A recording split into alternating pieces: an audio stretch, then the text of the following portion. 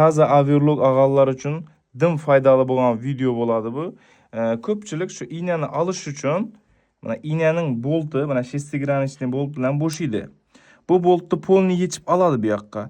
Eng katta qilgan xatosi shu bo'ladi. Keyin shu boltni joyiga qatira olmaydi.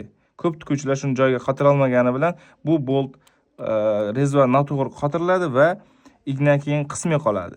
O'shaning uchun igna alishtirgan vaqtda mana atyorkani shu joyga kirgizganingizdan keyin bir marotaba buraysiz, mana igna olinadi bu yoqqa, mana igna olindi. Yana igna qo'ymoqchisiz, mana joyiga qo'ydingiz, mana joyiga qo'ydingiz. Yana bir marotaba bu aylantirsangiz, mana igna yana qisib qoldi.